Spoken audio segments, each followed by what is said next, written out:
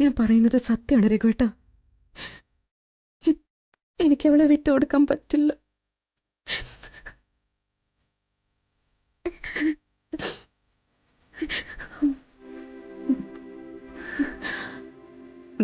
എനിക്ക് 2 മാസം സമയം എന്താ? അതിനിടയിൽ അവൻ കാണാത്ത ദൂരത്ത് ഞാൻ അവൾക്കൊരു ജീവിതം ഉണ്ടാക്കി കൊടുത്തോളാം. അവൾ സുരക്ഷിതയാണെന്ന് എനിക്ക് ബോധ്യപ്പെടുമ്പോൾ ഞാൻ രഘുവേട്ടൻ്റെ അടുത്ത് വന്നോളാം. അതുവരെ ഒന്ന് പൊറുക്ക് രഘുവേട്ട. സുജാതെ, താൻ എടുക്കുന്ന തീരുമാനങ്ങളിൽ ഞാൻ എതിര് പറയാത്തത് അത് നല്ലതായിരിക്കുമെന്ന് എനിക്ക് ഉത്തമ വിശ്വാസം ഉള്ളതുകൊണ്ടാണ്.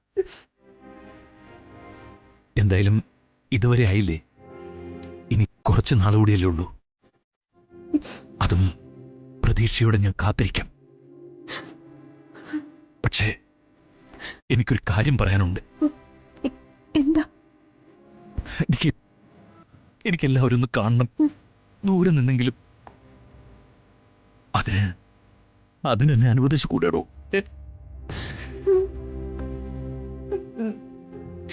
രഘുവേട്ടൻ്റെ വേദന എനിക്ക് മനസ്സിലാവും.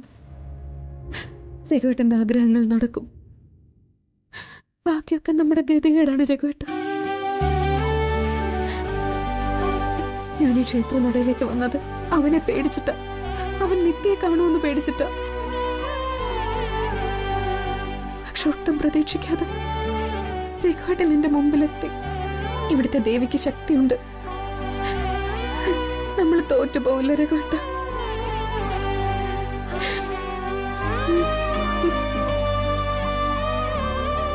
ഇല്ലടോ, തോൽക്കാൻ പറ്റില്ല നമുക്ക്.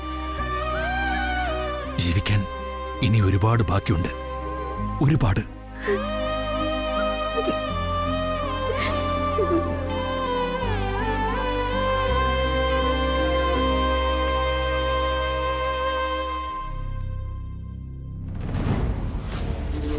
അവൻ ഒറ്റയ്ക്കായിരുന്നപ്പോ അവനെങ്ങ് തീർക്കാന്ന് വിചാരിച്ചതാ. അപ്പോഴാ വേറൊരുത്തം കയറി വന്നത്. അവന്മാരൊക്കെ എന്തോ അത്യാസം പഠിച്ച കൂട്ടത്തിലാണെന്ന് തോന്നുന്നു. രണ്ടാമത് വന്നവനെ ഇവിടെ നമ്മൾ ആദ്യം വന്നപ്പോ തന്നെ കണ്ടതല്ലേ. നിർത്തുന്നുണ്ടോ?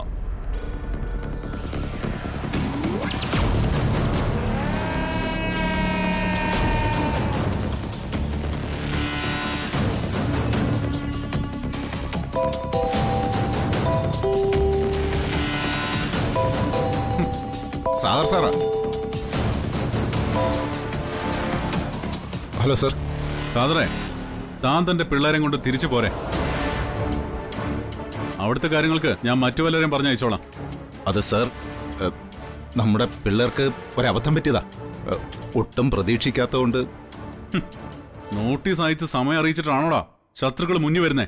സാഗർ സർ, ഒരവസരം കൂടി ഞങ്ങൾക്ക് താ. ഇനി ഞങ്ങൾക്ക് അബദ്ധം പറ്റില്ല.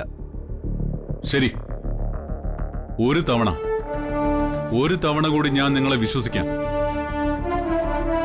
യാഗം അവസാനിച്ചിട്ടില്ല. നാളെ ഈ യാഗം ഉണ്ടാവും. നാളത്തെ യാഗത്തിന് ശേഷം നരകാസുര നിഗ്രഹത്തിന്റെ പുനരാവിഷ്കാരം നടക്കും. നരകാസുരന്റെ രൂപം കത്തിക്കുന്നത് ആ ചടങ്ങ്. അത് കഴിഞ്ഞാൽ സഹസ്രദീപത്തോടെ പരിസമാപ്തിയാവും. നരകാസുരന്റെ രൂപം കത്തിക്കുന്ന നേരത്ത് ക്ഷേത്ര മൈതാനം മുഴുവൻ ആളുകളായിരിക്കും. തിക്കും തിരക്കുമായിരിക്കും. നരകാസുരന്റെ രൂപം കത്തുന്നതിനോടൊപ്പം വന്ദനയുടെ കുടുംബം മുഴുവൻ ചാമ്പലായിരിക്കണം. മനസ്സിലാവുന്നുണ്ടോ നിനക്ക്? ഖാദറെ, ഒരു കാര്യം കൂടി നീ ഓർത്തോളണം. ഇതിലും കൂടെ നിങ്ങൾ പരാജയപ്പെട്ടാൽ പിന്നെ സാഗറിന്റെ ഒരു സഹായവും നിങ്ങളെ തേടി എത്തില്ല.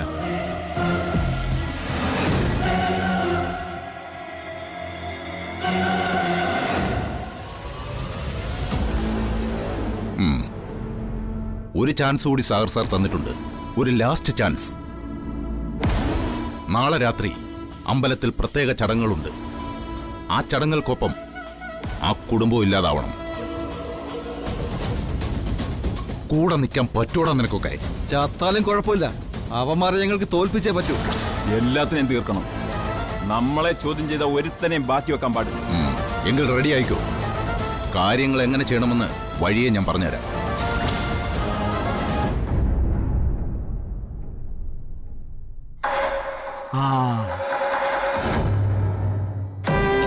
എടാ മോനെ, നമ്മുടെ ജീവനല്ലേ?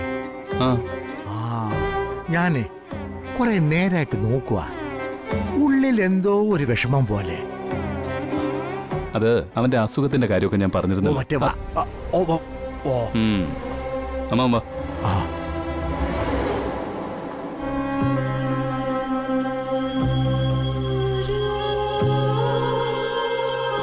ഏയ് ജീവ,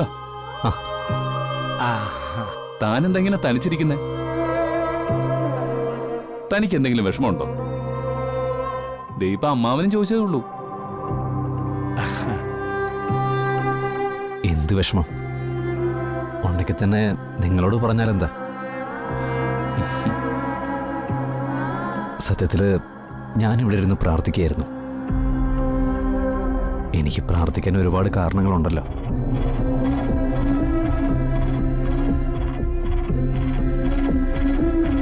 അമ്മ വേണമെങ്കിൽ മുറിയിലേക്ക് ചെന്നോ.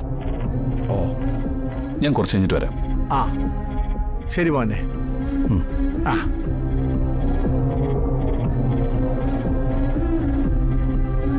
ഹരിസാറ് വേണമെങ്കിൽ പോയിക്കോളൂ, എന്നെ നോക്കണ്ട. അങ്ങനെ പറയാൻ പറ്റുന്ന അടുപ്പമല്ലല്ലോ നമ്മുടേത്. കുറച്ചു നേരം തൻ്റെ കൂടെ ഇരിക്കാം. നല്ലൊരു അന്തരീക്ഷമല്ലേ? സത്യം പറഞ്ഞ ഇഷ്ടത്തോടെയൊന്നും അല്ല ഞാൻ വന്നത്. പക്ഷെ ഇപ്പൊ എന്തോ മനസ്സിന് വല്ലാത്തൊരു സുഖം തോന്നുക.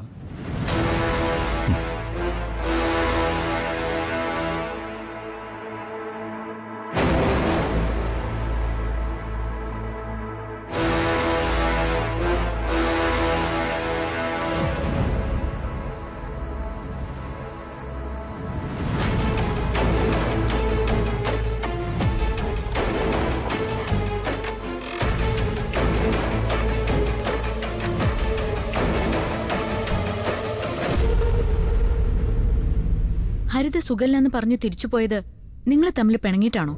അല്ല, അവക്ക് സുഖമില്ലായിരുന്നു. ഹരിത തിരിച്ചുപോയപ്പോ സുചിത്രച്ചിക്കും കൂടി പോയേണ്ടി വന്നു. ഞാനും പോകാൻ തയ്യാറായതല്ലേ. നിന്നെ അന്വേഷിച്ച ഇത്രയും ഗുണ്ടകൾ ഇവിടെ വന്നിരിക്കുന്നത്. അപ്പൊ പിന്നെ നിന്നെ എങ്ങനെ ഞങ്ങക്ക് വിടാൻ പറ്റും?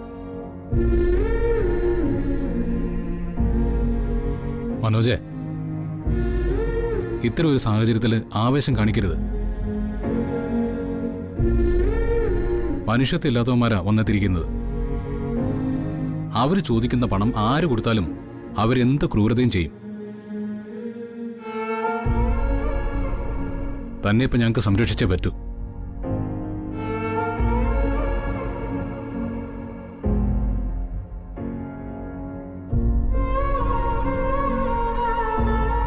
നീ ഒരു കാര്യം ആലോചിക്കണം. ജഗനിപ്പോ ഈ കാര്യത്തിൽ ഇടപെടേണ്ട കാര്യമുണ്ടോ?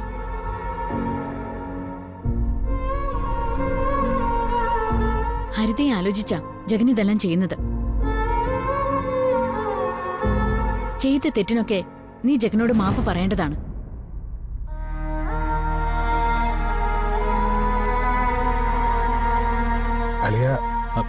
വേണ്ട മനോജെ, മാപ്പൊന്നും പറയണ്ട. ഇതിപ്പോ എന്റെ കൂടി കുടുംബമാണ്. കുടുംബത്തിലുള്ളവർ തമ്മിൽ ചെറിയ ചെറിയ പ്രശ്നങ്ങളൊക്കെ ഉണ്ടാവും. അത് ദേ ഇങ്ങനെ കൈ ചേർത്ത് പിടിച്ചാൽ തീരാവുന്നതേ ഉള്ളൂ.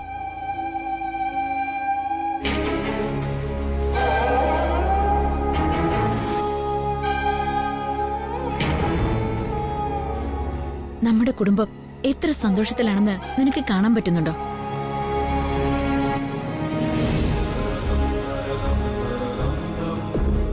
അതില്ലാതാക്കാൻ ശ്രമിക്കരുത്. കണ്ടോ അവരൊന്നിച്ചിരിക്കുന്നത്?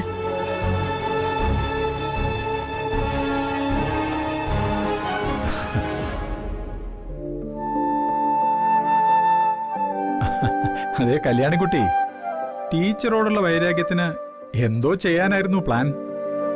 അങ്ങനെ പ്ലാനൊന്നും ഉണ്ടായിരുന്നില്ല അപ്പൂപ്പ. അത് വെറുതെയാ. അച്ഛനും മോളും കൂടി എന്തൊക്കെയാ എനിക്ക് കരുതി വെച്ചിട്ടുണ്ടായിരുന്നു.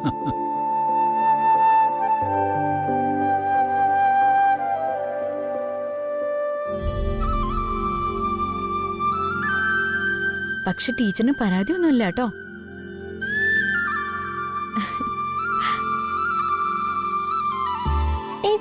ടീച്ചർ പാടോ? ആര് പറഞ്ഞു? ആദ്യം പറഞ്ഞല്ലോ അമ്മ നന്നായിട്ട് പാടുവെന്ന്.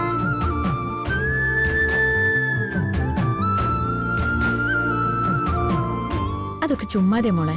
ചുമ്മാതെ ഒന്നുമല്ല, ടീച്ചർ ഒരു പാട്ട് പാടിയേ. ഒന്ന് പാടിക്കോ മോളെ. അയ്യോ, എല്ലാരും കൂടി ഇരിക്കുമ്പോ അതൊരു രസമല്ലേ? അതെ ചന്ദ്രികേ, ഈ പാട്ട് പാടാൻ അറിയാവുന്നവർക്ക് ഒരു കുഴപ്പമുണ്ട്. നമ്മൾ നിർബന്ധിക്കുമ്പോ അവര് പറ്റില്ല പറ്റില്ല എന്ന് പറയും. അങ്ങനെയൊന്നും ഇല്ല അങ്കിൾ. പാടൂന്നേ, പാടൂ. പാട് മോളെ. പാടിക്കോ. പാട് ചേച്ചി.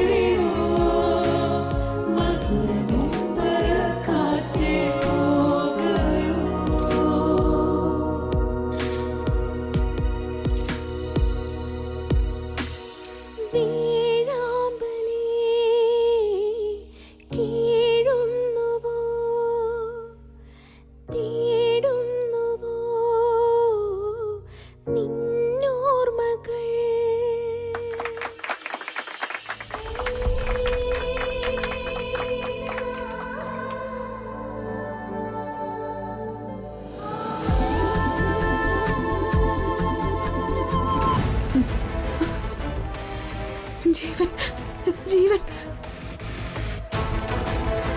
ജീവൻ. സാറേ, അമ്മ ഒരു മിനിറ്റ്.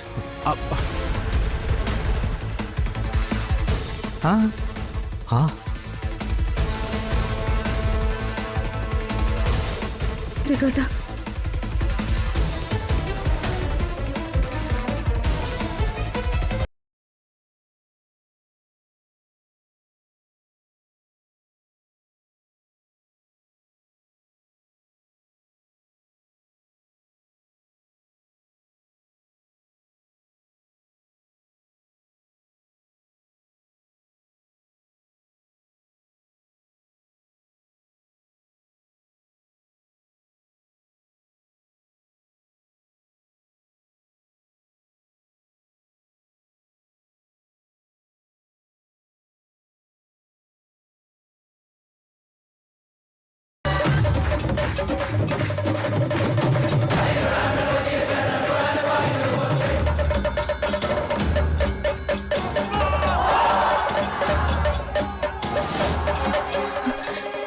രഘുവേട്ടാ, രഘുവേട്ടാ,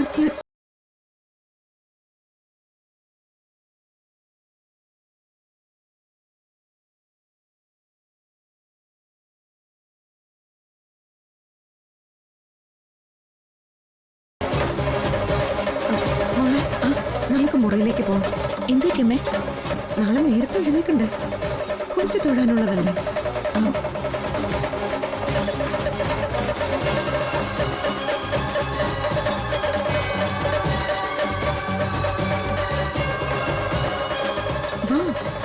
ആ അതെ അത് മതി. ശീവേലി കഴിഞ്ഞ് ഇപ്പൊ എല്ലാവരും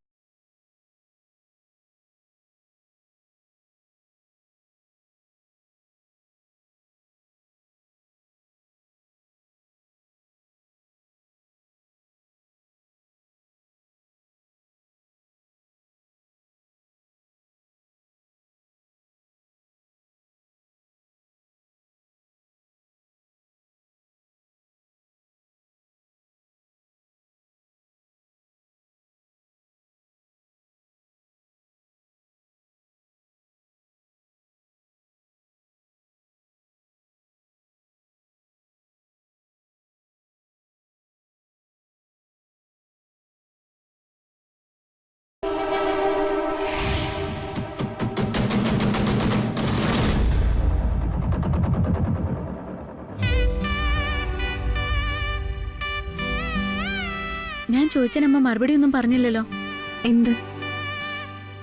അമ്മയുടെ മുഖത്ത് പെട്ടെന്ന് എന്തൊക്കെയോ സന്തോഷം വന്ന് കേറിയതുപോലെ. ഇന്നലെ രാത്രി മുതലേ ഞാൻ ശ്രദ്ധിക്കുന്നതാ. ഈ ക്ഷേത്രത്തിന്റെ ശാന്തത കൊണ്ടാവും, ഈ ദേവിയുടെ ശക്തി കൊണ്ടും. എനിക്ക് നന്നായി. അമ്മയെ ഉത്സാഹത്തോടെ കാണാൻ നല്ല രസം.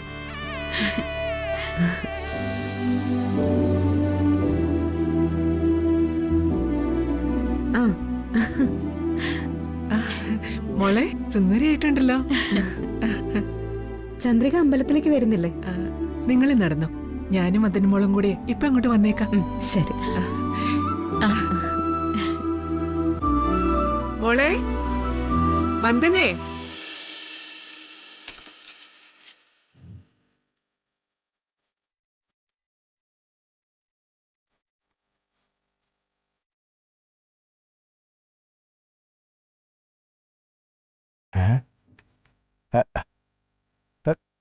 നിനക്ക് എന്താ പറ്റിയേ? ഇന്നലെ രാത്രി മുതൽ ഒന്നും മിണ്ടാതെ ഇരിക്കുകയാണല്ലോ. എടാ അതെ, എന്തെങ്കിലും കാര്യമുണ്ടെങ്കിൽ നീ തുറന്നു പറയും. ഞാൻ മുമ്പ് അമ്മാവനോട് പറഞ്ഞിട്ടുള്ളതല്ലേ? എന്തോന്നു? എന്നെ തേടി വരാറുള്ളൊരു സ്വരം. സ്വരോ? ഒരുപാട് കാലം ഞാൻ മനസ്സിലിട്ട് ആരാധിച്ചൊരു പെണ്ണിന്റെ പാട്ട്.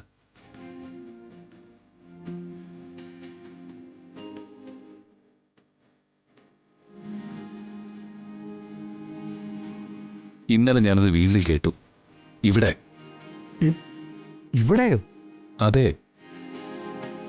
എന്നത്തെയും പോലെ അത് പാടിയ ആളെ എനിക്ക് കണ്ടെത്താൻ പറ്റിയില്ല. ബെസ്റ്റ്. ഒന്ന് കാണാൻ കഴിഞ്ഞിരുന്നെങ്കിൽ അതൊരു വലിയ കാര്യമായേനെ. എടാ അതൊക്കെ കഴിഞ്ഞ കാര്യങ്ങളല്ലേ? അല്ല നീ തന്നെയല്ലേ പറയുന്നത് കഴിഞ്ഞ കാര്യങ്ങളൊക്കെ മറക്കണമെന്ന്? എടാ അതൊക്കെ അതിന്റെ വഴിക്ക് അങ്ങ് പോകട്ടെ. അമ്മാവ അതങ്ങനെ എന്റെ മനസ്സിൽ നിന്ന് പറിച്ചു കളയാൻ പറ്റുന്ന ഒന്നല്ല.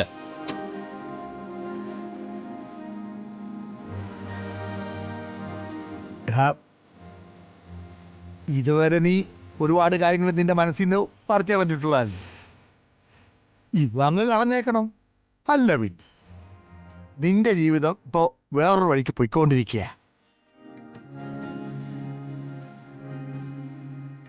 വേറെ ഏത് വഴി? പെരുവഴിക്ക്. ഒന്നും മനസ്സിലാത്ത പോലെ എന്നോട് സംസാരിക്കണ്ട. നിന്നെ കുറിച്ച് എനിക്ക് ചില കണക്കുകൂട്ടലൊക്കെ ഉണ്ട്. അതൊക്കെ താമസിക്കാതെ നടത്തുകയും വേണം. ഒരു കണക്കൂട്ടലും നടക്കില്ല. ഇനി അതിനു വേണ്ടി എന്നോട് സംസാരിക്കാനും വരണ്ട.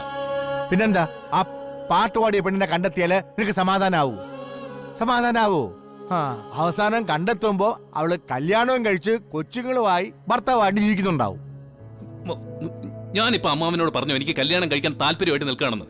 അല്ല, അമ്മാവന് ഇതല്ലാതെ ഈ ഭൂമിയിൽ വേറെ കാര്യമൊന്നുമില്ലേ? ഒരു കല്യാണം എന്തൊരു കഷ്ടമായത്.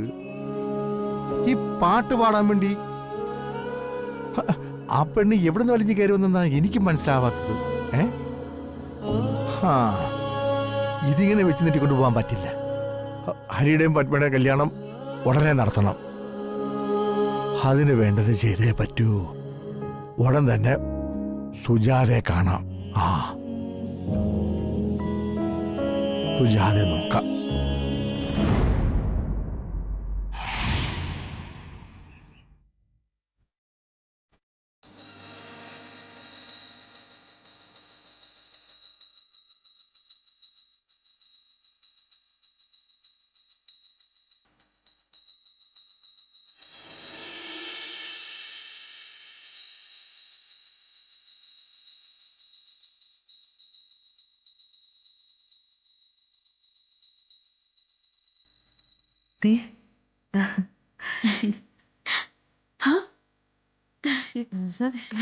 രണ്ടുപേരും ഒരേപോലത്തെ ഡ്രസ്സാണല്ലോ.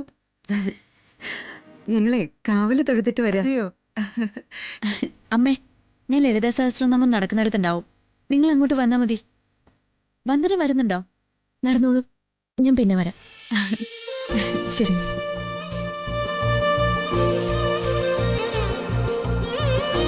വന്ദനയ്ക്ക് എന്ത് പറ്റി?